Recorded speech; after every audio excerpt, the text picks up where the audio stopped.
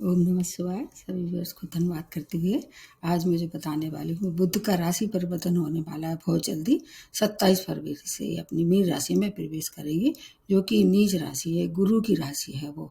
और बुध जो है वो बुद्धि के, विवेक के, आपके वाणी के, गणित के, व्यापार के, ऐसे क्षेत्रों को ज़्यादा महत्वपूर्ण भूमिका रहती है। अब ये गुरु की राशि में प्रवेश करेंगे, जो कि मीन राशि जो जलीय तत्व की राशि है। इस तरह से ये अनोखा कॉम्बिनेशन होने वाला है। मतलब ज्योतिष की दुनिया भी एक अनोखी दुनिया है। इस समय क्या होगा, शुक्र का साथ ही मिलेगा। शुक्र इस समय उच्च राशि में है, जो मीन राशि है वो शुक्र की उच्च राशि है। तो एक तरह से ऐसा भी कहा जा सकता है कि इनकी निजता में जो अशुभ परिणाम मिलने वाले थे उसमें कमी निश्चित रूप से रहेगी। इसमें इनके साथ साथ राहु भी रहेंगे, क्योंकि मीन राशि में राहु भी है अभी 18 मई तक। तो राहु का, शुक्र का, बुध का, और कुछ समय सूर्य भी इनके साथ रहेंगे। सूर्य का भी परिवर्तन मैंने आपको बना के दिया है। तो इस तरह इनके जो दुष्प्रभाव हैं इसमें निश्चित रूप से कमी आने वाली है।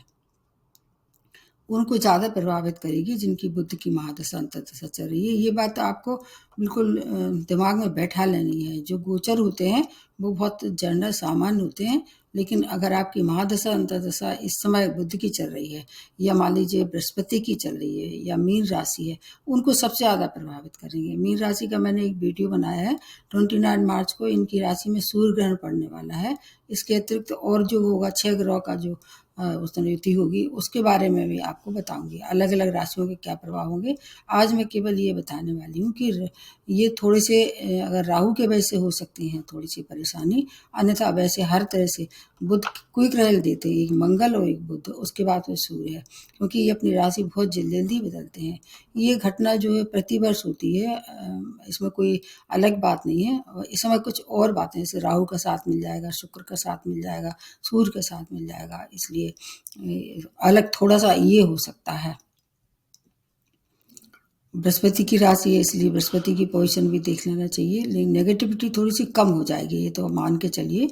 उनकी जो अभी जहाँ तक है, अगर नक्षत्र के हिसाब से देखें तो ये फिर अलग अलग नक्षत्रों में विचरण करेंगे। उत्तरा भाद्रपद नक्षत्र में 2 मार्च, उसके बाद फिर 3 अप्रैल को पुनः पूर्व भाद्रपद नक्षत्र में, 27 अप्रैल से रेवती नक्षत्र में, और फिर 7 मई से अश्विनी नक्षत्र में प्रवेश करेंगे। इसका भी आपको थोड़ा सा बीच में देख लेना चाहिए। बुद्धि के, वाणी के, जैसे मैंने बताया, व्यापार के, शिक्षा के, गणित के, तर्क के, आयुर्वेदिक के, लेखन के, इन सब चीज़ों के लिए बहुत ज़्यादा इनको महत्वपूर्ण भूमिका देखी जाती है, क्योंकि ये पारे के समान की प्रकृति है। इसलिए जिस राशि में बैठते हैं उस तरह की भी गुणधर्म अपनाने की इनके अंदर विशेष अद्भुत क्षमता होती है।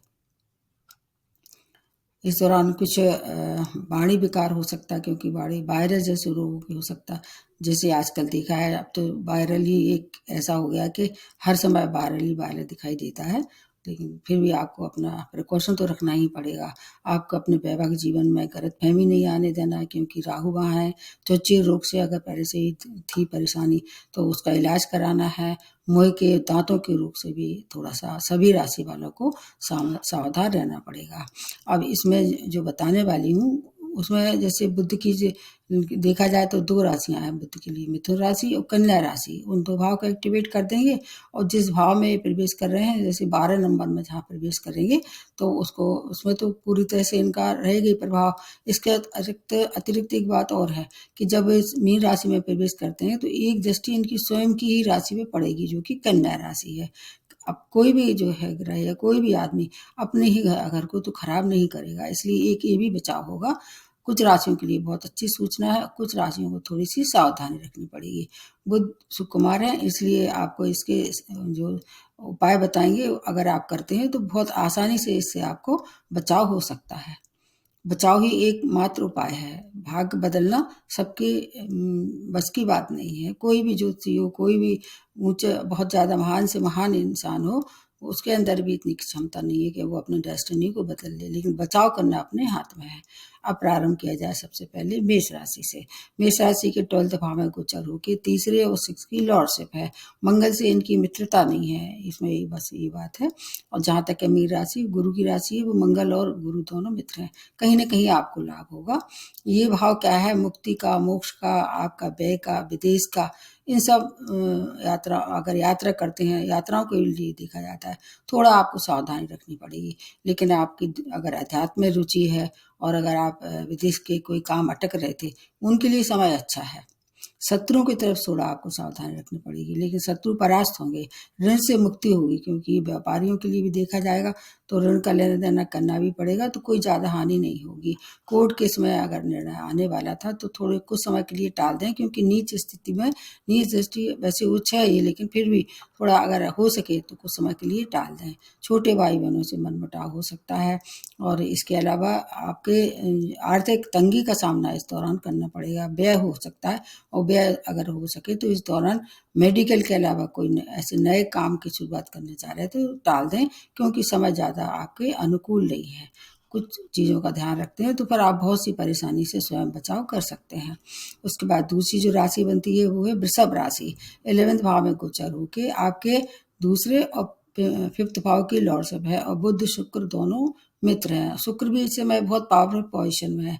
11वें भाव किसका है? आपकी आमदनी का है, आपकी महत्वाकांक्षाओं का है, और इसके अलावा आपके जो प्रयास आप कर रहे थे अब तक उसमें सफलता नहीं मिल रही थी, उस तरह से देखा जाए। मतलब महत्वाकांक्षाएं पूरी जब होती हैं जब आदमी प्रयास करे, और अगर कहीं किसी भी तरह से ग्रहों की स्थिति आपके अनुकूल नहीं है तो वो रोड़ा अब दूर हो जाएगा।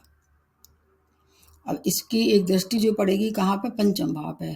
तो इन भाव को एक्टिवेट कर देंगे, मतलब विशेष तौर से जो दृष्टि है उसका मैं बहुत आपको इसका बताने वाली हूँ। जैसे अगर आप विद्यार्थी हैं तो हायर एजुकेशन के लिए जा सकते हैं। इसके अलावा अगर आप प्रेम प्रसंग हैं तो उसकी ओर से आपको शुभ समाचार मिल सकते हैं। संतान प्राप्ति के लिए समय अच्छा है, लेकिन कुछ और ग्रह की स्थिति भी देखना होगी, क्योंकि उस समय कुछ और अगर ग्रह आपके अनुकूल नहीं है तो फिर कंसीव करने में प्रॉब्लम ही हो सकती है। शेयर मार्केट से आपको दूर रहना है। वैसे तो आपकी राशि में ये राजयोग का निर्माण करते हैं, लेकिन अगर कुछ बातें अगर छोड़ के देखी जाए तो आपके लिए परिवार का साथ रहने वाला है। आपकी हेल्थ को थोड़ा सा जरूर प्रभावित करेंगे, हेल्थ को आपको ध्यान रखना पड़ेगा। शेष आपके लिए समय बहुत अच्छा है, धन लाभ के लिए बहुत अच्छा है, और इसके अलावा आपकी वाणी में इस समय काफ़ी कुशाग्रता दिखेगी, निपुणता के साथ। जैसे वाक्पटुता के लिए जाने जाते हैं ना, तो वाक्पटुता, और अगर नहीं है तो वाक्पटुता आप अपना किसी तरह से उसको मेंटेन करें, तो आपसे वाणी से संबंधित लोगों के लिए समय बहुत अच्छा है। आय के लिए तो बहुत ही अच्छा समय है ये। उसके बाद आ जाते हैं मिथुन राशि। 10वें भाव में गोचर होके आपके लग्न के और 4th भाव की लॉर्डशिप है, और मिथुन राशि के स्वामी राशि ही बुध है। तो आपके लिए नीच, कोई भी मतलब स्वामी राशि नीच हो जाता है, मतलब नीच का मतलब ऐसा होता है अपनी कमजोर स्थिति में आ जाता है। वैसे नीच का में कोई अलग लक्षण नहीं होते हैं, लेकिन चूंकि उसकी मतलब जो पावर है अगर शुभ है तो उसमें शुभता में कमी होगी। अगर वो और किसी स्थिति में जैसे कम्बस्ट है तब भी आपको थोड़ा सा परेशानी हो सकती है। लेकिन सब उससे अच्छी बात है कि कोई भी स्वामी राशि अपनी स्वयं के घर को या अपनी स्वयं की राशि को ज़्यादा प्रताड़ित नहीं करते हैं, तो बहुत ज़्यादा शुभ परिणाम आपको नहीं मिलेंगे। विशेष तौर से कैरियर के कोई निर्णय अगर लेना है तो उसमें भ्रम जरूर मतलब डाल देते हैं। बुध क्या है? ये ऐसे ग्रह हैं जो कि आपकी बुद्धि को भ्रमित करते हैं। हमेशा आप अनिर्णय की स्थिति में रहते हैं। सही और गलत का निर्णय लेने में थोड़ा टाइम लेते हैं, लेकिन फिर कर लेते हैं, क्योंकि आप लोग बुद्धिमान लोग हैं। भूमिवान के सुखों में अगर कोई कमी आ रही थी तो उसमें लाभ होगा। मानसिक पीड़ा में भी कमी होगी, नए जॉब की प्राप्ति होगी, नए मित्र की भी प्राप्ति हो सकती है। माता की हेल्थ की थोड़ी सी परेशानी होती नजर आ रही है, लेकिन अगर उपचार कराएंगे तो वो भी उपचार से उनको लाभ होगा। आपके लिए समय अच्छा है। उसके बाद आ जाते हैं कर्क राशि। आपके 9th भाव में गोचर होके आपकी 12th और 3rd भाव की लॉर्डशिप है, और चंद्रमा कोई अपना मित्र नहीं मानते हैं। हालांकि चंद्रमा किसी को शत्रु नहीं मानते हैं, लेकिन इस तरह से देखें तो आपके ये भाग्येश है ये, और भाग्येश जब थोड़ा नीच अवस्था में आ जाता है तो भाग में रोड़े जरूर लगाता है, लेकिन आपके पक्ष में निर्णय होने वाला है। कुछ और ग्रह आपके काफ़ी फेवर में है, जैसे कि शनि जो हो रहे हैं अस्त हो गए हैं, उसके वजह से आपको लाभ होगा। उसका वीडियो मैंने बनाया है, उसको देख लीजिए। आपके छोटे भाई बहनों से अगर संबंध खराब हो रहे थे तो उसमें मधुरता आएगी। पिता के साथ मिलकर अगर कोई काम कर रहे थे, विशेष रूप से एक्सपोर्ट इंपोर्ट का काम कर रहे थे, तो आपके लिए ये धन लाभ की स्थिति का निर्माण करेंगे। और इसके अलावा चेंज ऑफ प्लेस हो सकता है, लेकिन अनिर्णय की स्थिति में अगर आप चेंज ऑफ प्लेस करते हैं तो हो सकता है उसका बहुत ज़्यादा लाभ आपको नहीं ले। तो ऐसे में आपको ये सलाह दी जाती है, अगर टाल सकते हैं तो कुछ समय के लिए टाल दें, अन्यथा किसी से सलाह लेके फिर आप चाहें तो चेंज ऑफ प्लेस कर सकते हैं। रुके हुए जितने भी कार्य हैं वो आपके मतलब जॉब को लेके है या समाज में मानसिकता की कमी थी, उन सब चीज़ों के समय बहुत अच्छा है।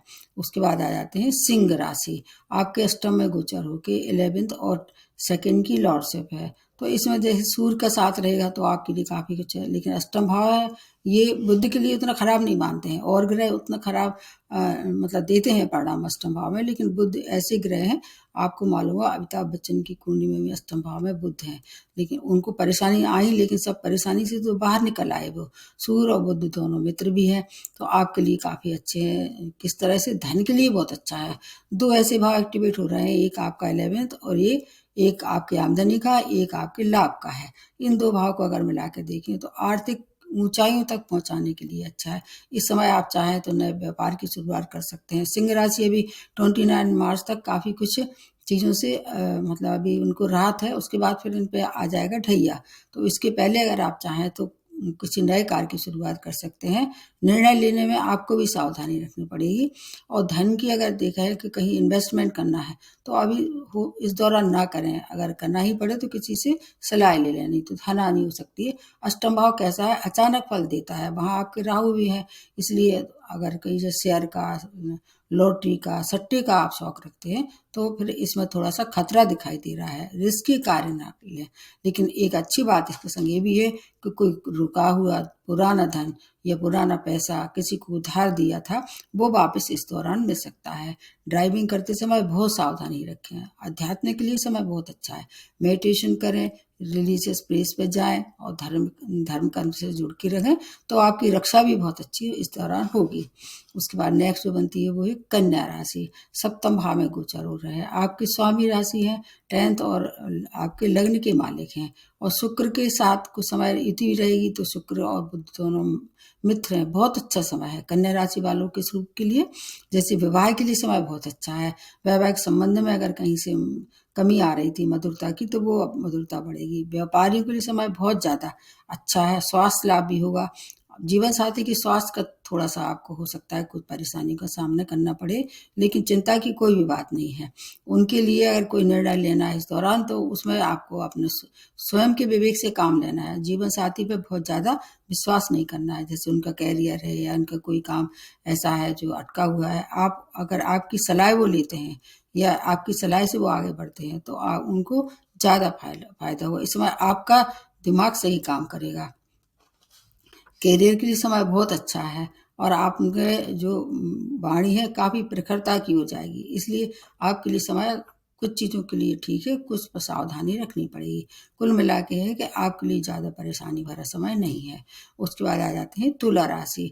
आपके स्वामी राशि शुक्र है, 6 भाव में गोचर हो रहा है, 9th और 12th भाव की लॉर्डशिप है। शुक्र बुध दोनों परम मित्र हैं, और आपके लिए ये भाव भी उतने खराब नहीं है। सभी भाव को लेके मिला के देखें तो आपको बहुत अच्छे फायदे हैं। विशेष तौर से अगर आप कहीं लीगल मामले में अटके हुए थे, जैसे कोर्ट केस है या कहीं कोई और इस तरह से कोई परेशानी थी, उसमें आपकी तरफ फैसला होने वाला है। विदेशी यात्राएं करेंगे, यात्रा में थोड़ी सावधानी रखनी पड़ेगी, क्योंकि नीच है ये ग्रह, इसलिए थोड़ी कहीं न कहीं व्यवधान तो देगा, लेकिन फिर भी यात्राएं सफलतापूर्वक कर सकते हैं। महत्वपूर्ण निर्णय लेना इस समय आपके लिए काफ़ी लाभदायक हो सकते हैं। तुला राशि वाले वैसे अच्छे हैं, वैसे इनकी जो है वो बैलेंस करके चलते हैं हर तरह से। ऋण से मुक्त हो सकते हैं। अब चूंकि ये भाग्य से हैं, नीच अवस्था में आ रहे हैं, थोड़ा व्यवधान के साथ कार्य में सफलता मिलेगी। पिता के साथ मिलकर कोई कार्य कर रहे थे, वो समय इसके लिए अच्छा है। पिता का सम्मान करें।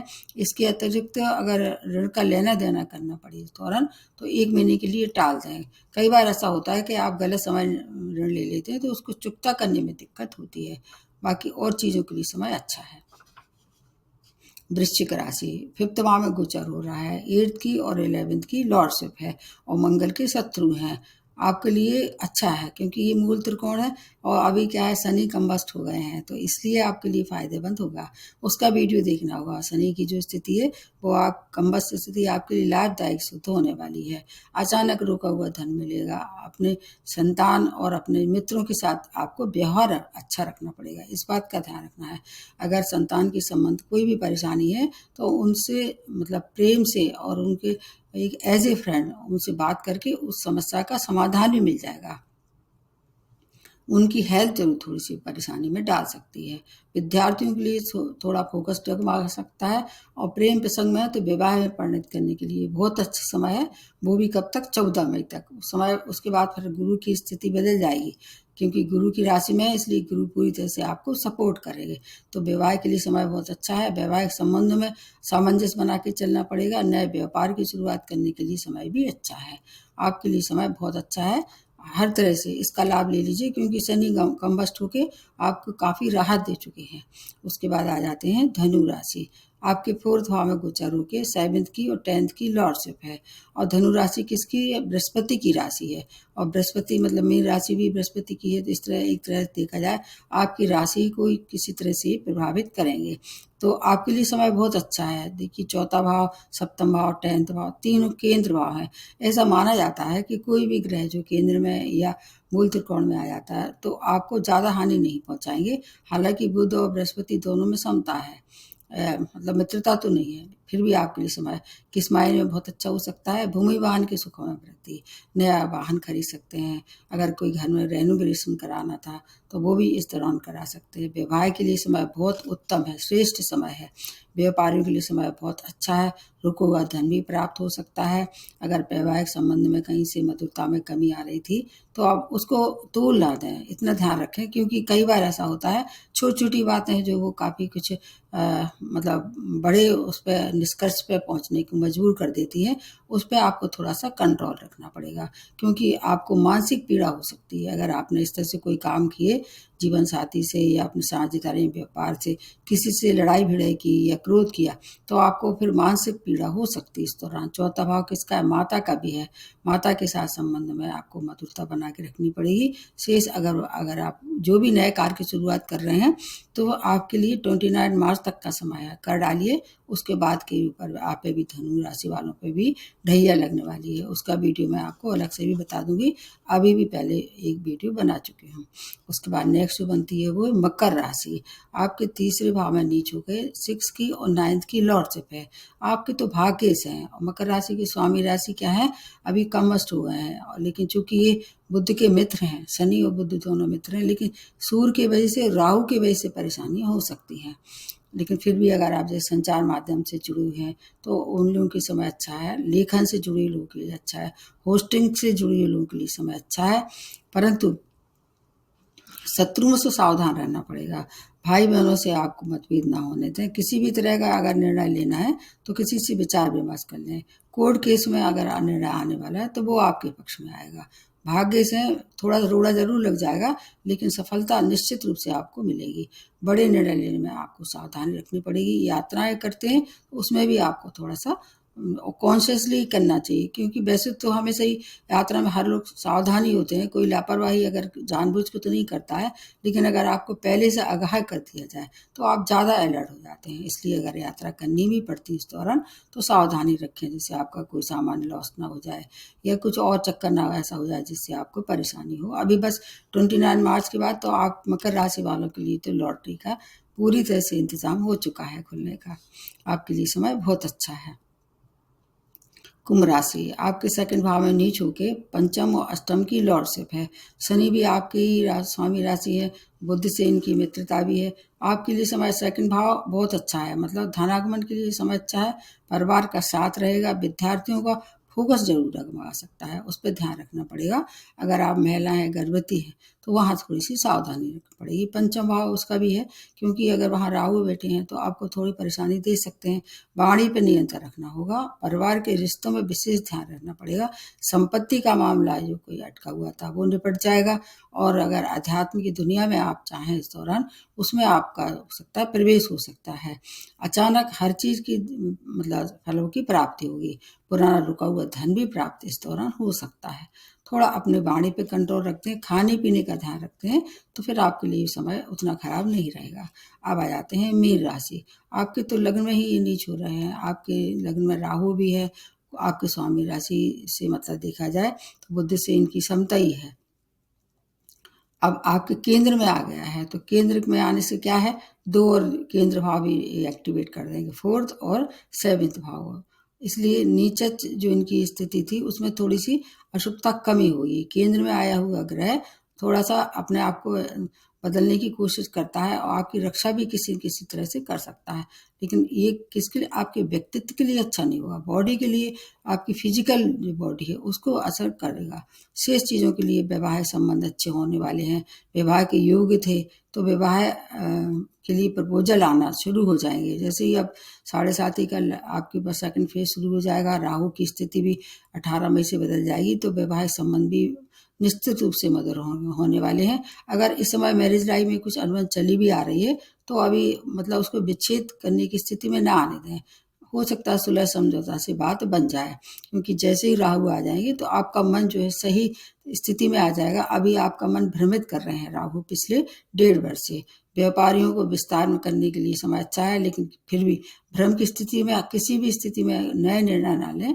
अपनी निपुणता से अगर कोई काम कर सकते हैं, जैसे आपका कैरियर है या आपका कहीं और कोई काम मामला अटका हुआ है, तो बुद्धि विवेक से अगर आप निर्णय लेते हैं तो आपके सब रुके हुए कार्य पूरे होंगे।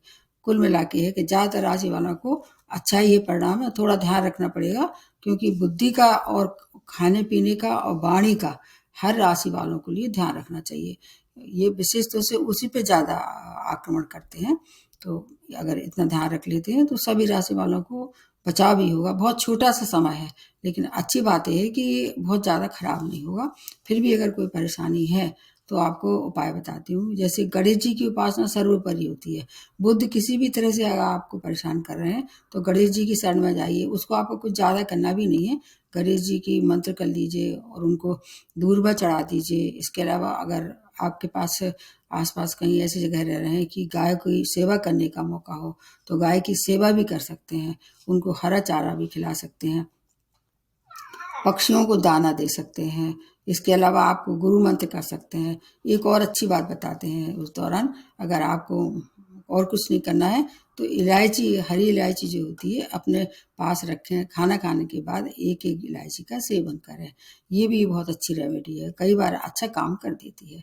तो एक बार पुनः आप लोगों से निवेदन है, ज़्यादा से ज़्यादा वीडियो को लाइक कीजिए, सब्सक्राइब कीजिए। अगर मेरे को से कुछ सलाह करना है तो मेरी ईमेल पे आप उसको लिख के और पूछ सकते हैं या कमेंट बॉक्स में। आज के लिए यहीं समाप्त करते हुए नमस्ते और धन्यवाद।